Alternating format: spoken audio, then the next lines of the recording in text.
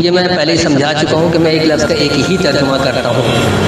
اب میں آیت کا ترجمہ آیت کیوں کرتا ہوں، آئیے میں آج آپ کو اس کی دلیل دے دیتا ہوں، بلکہ ایسی دلیل دوں جہاں سے یہ آپ کا یہ بھی مسئلہ حل ہو جائے کہ موسیٰ کا عصا، اور یہ یہاں جو آپ کی اصل پریشانی آ رہی ہے کہ آپ تسعہ کا ترجمہ 9 کر رہے ہیں، 9 ہے ہی نہیں، تسعہ کا جب تک آپ 9 کریں گے کبھی آپ پہنچ ہی نہیں پائیں گے۔ اللہ نے موسیٰ کو بھی کتاب دیا تھا، کوئی 9 احکامات، کتاب میں سارے احکامات ہوتے ہیں یا اس کی تفصیل ہوتی ہے اور کچھ نہیں ہوتا ہے، کہ تسعہ جو صحیح سے یہ کوشش ہے، تمہاری کوشش سے آیتیں واضح ہوں گی۔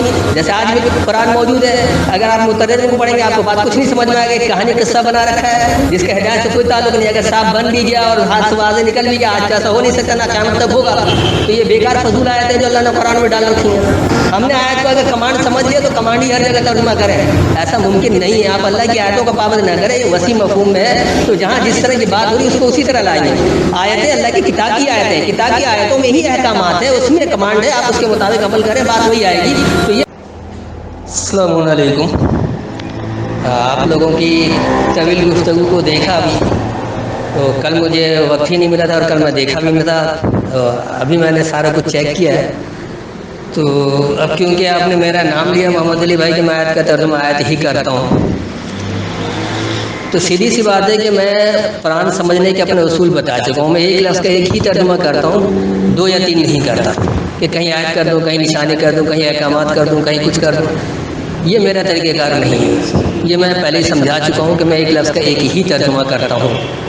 اب میں آیت کا ترجمہ آیت کیوں کرتا ہوں، آئیے میں آج آپ کو اس کی دلیل دے دیتا ہوں، بلکہ ایسی دلیل دوں جہاں سے یہ آپ کا یہ بھی مسئلہ حل ہو جائے کہ موسیٰ کا عصا، اور یہ یہاں جو آپ کی اصل پریشانی آ رہی ہے کہ آپ تسعہ کا ترجمہ 9 کر رہے ہیں، 9 ہے ہی نہیں، تسعہ کا جب تک آپ 9 کریں گے کبھی آپ پہنچ ہی نہیں پائیں گے۔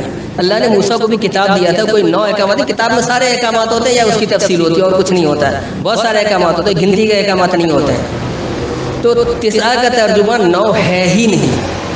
یہ اس کا مادہ تو صحیح سے ہے، صحیح کہتے ہیں کوشش کو، تو اچھا اب آپ میں ایک ایک کر کے اس کی وضاحت کر دیتا ہوں، بلکہ سب سے پہلے تو میں تمام آیتوں کو کروں گا تو بہت لمبا ہو جائے گا، میں بہتر سمجھتا ہوں کہ سورہ نمل کی 4 آیتوں سے کر دوں، یہاں آیت بھی واضح ہو جائے گا، عصا اور یہ بھی واضح ہو جائے گا، اور تسعہ بھی واضح ہو جائے گا۔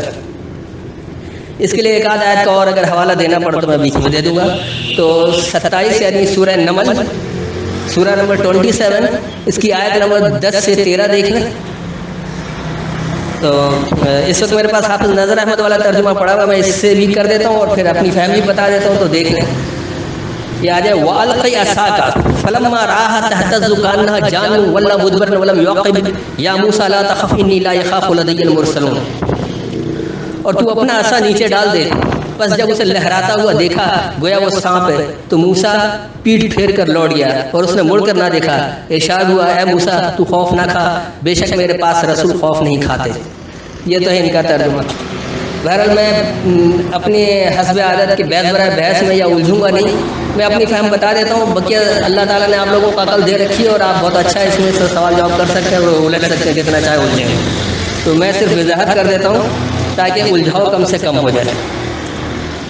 تو اس کا جو رواں ترجمہ بنتا ہے وَأَلْقِ عَصَاكَ، اور پیش کرو تم اپنا سہارا، عصا کہتے ہیں سہارے کو، اس لیے اس لاٹھی کو عصا کہا جاتا ہے جس کے سہارے ضعیف لوگ چلتے ہیں، ہر لاٹھی کو عصا بھی نہیں کہا جاتا۔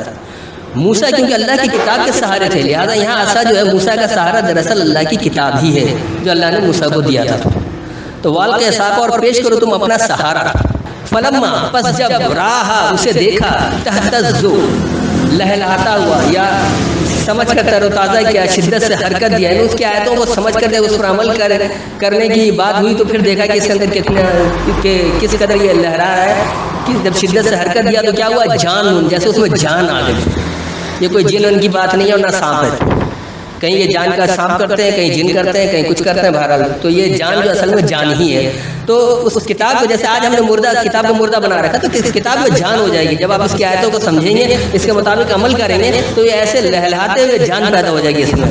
وَلَّىٰ مُدْبِرًا، تو وہ پھرا پیٹھ پر، پلٹا پیٹھ پر، وَلَمْ يُعَقِّبْ، اور یہ انجام تو ہے ہی نہیں، جو اللہ انجام بتا رہا ہے کہ یہ عمل کرو گے یہ نتیجہ نکلے گا، تو یہ نتیجہ تو آ ہی نہیں رہا سامنے، کیونکہ وہ عمل ہی نہیں کر رہا۔ اصل دیکھنا یہ تو یا موسیٰ لا تخف، اے موسیٰ تم خوف نہیں کرو، انی لا یخاف لدی المرسلون، بے شک میرے پاس سے میرے مراسلہ دینے والے خوف نہیں کھاتے، یعنی میں خوف نہیں دلاتا ہوں، جو میرے پاس سے مراسلہ دیتا ہے، جو میرے مراسلے کو آگے بڑھا رہا ہے. بات یہاں بھی مراسلے کی چل رہی ہے، اللہ کی کتاب کی بات چل رہی ہے. اس سے بھی واضح ہو رہا ہے کہ ایسا جو ہے اصل میں مراسلہ ہی ہے. اب آگے آ جائے الا من ظلم ثم بدل حسنا بعد سوء فإني غفور رحیم، مگر جس نے ظلم کیا پھر اس نے برائی کے بعد اسے بھلائی سے بدل ڈالا تو بے شک میں بخشنے والا نہایت مہربان ہوں. الا من ظلم، صرف جو ظلم کیا. ظلم کہتے ہیں اس کو جو اللہ کی آیتوں کا انکار کر رہے ہوئے بھی ایک ظلم ہے. جب اس کے سامنے واضح آیتیں آ رہی ہیں تو وہ اس کا انکار کر رہا ہے، یہ بھی ظلم ہے. تو صرف جو ظلم کیا ثم بدل حسنا بعد سوء، پھر برائی کے بعد اچھائی سے بدل ڈالا. جو کچھ برائی تھی اس کی کتاب کے احکامات کے خلاف اس کو اچھائی سے بدل ڈالا. فإني غفور رحیم، پس بے شک میں بھی حفاظت کرنے والا رحم کرنے والا ہوں، یا رحم سے حفاظت کرنے والا ہوں. یہ تسنیہ صیغہ ہے دونوں اس میں. اب آگے آ جائے وادخل یدک فی جیبک تخرج بیضاء من غیر سوء فی 9 آیات الی فرعون وقومہ انہم کانوا قوما فاسقین، اور اپنا ہاتھ اپنے گریبان میں ڈال، وہ کسی آیت کے بغیر سفید روشن ہو کر نکلے گا. 9 نشانیوں میں سے یہ 2 معجزے لے کر فرعون اور اس کی قوم کی طرف جا، بے شک وہ نافرمان قوم ہے. اول تو یہاں معجزہ ہی نہیں اور نہ 9 ہے، یہ زبردستی سب کچھ بنایا ہوا تھا. بہرحال دیکھیں وادخل یدک، اور داخل کرو اپنی قوت کو. ید کہتے ہیں قوت کو، تو داخل کرو اپنی قوت کو فی جیب کا، اپنے جیب میں. جیب جو ہے جیب سے نکلا ہے، یعنی اپنے ضمیر سے پوچھو، اپنے دل سے پوچھو. تو یہ آپ گریبان بھی کہہ سکتے ہیں، جیسے کہتے ہیں کہ اپنے گریبان میں جھانکو. تمہارے کیا کردار ہے؟ دوسروں کو انگلیاں اٹھا رہا، اپنے گریبان میں تو جھانکو. تو یہ اس گریبان کی بات ہو رہی ہے، یہ نہیں کہ صرف آپ نے کالے کے اندر جھانکا اور بات ختم ہو گئی. تو داخل کرو اپنی قوت کو اپنے گریبانوں میں، یعنی اپنے ضمیر میں. تخرج بیضاء، تو نکلے گا واضح، من غیر سوء، علاوہ برائی کے. برائی کے علاوہ سے واضح ہو کر نکلے گا. بیض کہتے ہیں واضح کو، بیض اسی لیے سفید کو بھی کہا جاتا ہے. تو انہوں نے سفید روشن ہاتھ کر دیا کہ ہاتھ ہے ہی نہیں. فی 9 آیات، تمہاری کوششوں سے آیت میں یہ صحیح سے ہے. الی فرعون وقومہ، فرعون اور اس کی قوم کی طرف. انہم کانوا قوما فاسقین، بے شک وہ بگاڑ کرنے والی قوم میں سے ہے. فلما جاءتهم آیاتنا مبصرۃ قالوا ھذا سحر مبین، پھر جب ان کے پاس آئیں آنکھیں کھولنے والی ہماری نشانیاں، وہ بولے یہ کھلا جادو. فلما جاءتهم، بس جب ان کے پاس آ گئی آیاتنا، ہماری آیتیں، یہ کتاب کی آیتیں ہیں. مبصرۃ، جس میں بصیرت جمع ہے، بصیرت والی آیتیں. بس جب ان کے پاس ہماری بصیرت والی آیتیں آ گئی، قالوا، انہوں نے کہا ھذا سحر مبین، یہ تو واضح سحر ہے، یہ واضح باطل کو حق ثابت کر رہا ہے. سحر کہتے ہیں باطل کو حق ثابت کر رہا ہے. بولتی بند کر دینا، کسی کی زبان بند کر دینا، یعنی اتنے مدلل انداز میں بات کرے کہ اگلا حق پر بھی ہے وہ خاموش ہو جائے. تو یہ ہے. اب آپ کو سمجھ میں آ گیا کہ میں آیت کا ترجمہ آیت کیوں کرتا ہوں. یہاں بالکل واضح ہو رہا ہے کہ یہ آیتیں اللہ اپنی کتاب کی آیتوں کی بات کر رہا ہے جس میں بصیرت جمع ہے. اسی طرح 9 کا میں نے 9 کے بجائے صحیح کیوں کوشش کیا، اس کے لیے بھی آپ آیت دیکھ لیں، سورہ نمبر 20 یعنی سورہ طٰہٰ.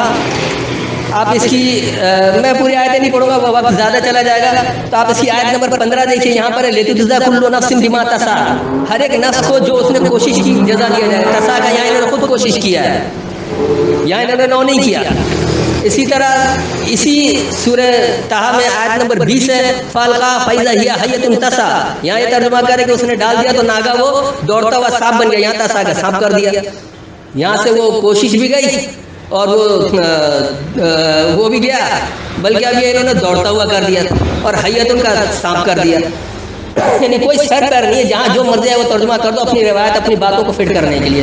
اگر ہم نے آیت کا ترجمہ کمانڈ کر دیا تو ہر جگہ کمانڈ بنانے کے لیے اپنی مرضی تھوپتے رہو. ایسا کچھ نہیں ہے. اللہ اپنی آیتوں کو ہی آیت کہہ رہا ہے، اپنی کتاب کی آیتوں کو. کتاب کی آیتوں میں ہی احکامات ہیں، ان احکامات پر آپ عمل کریں گے تو وہ کتاب کی آیتوں سے آ رہا ہے. احکامات کو اللہ نے 9 یا 10 گنتی کر کے نہیں بتایا.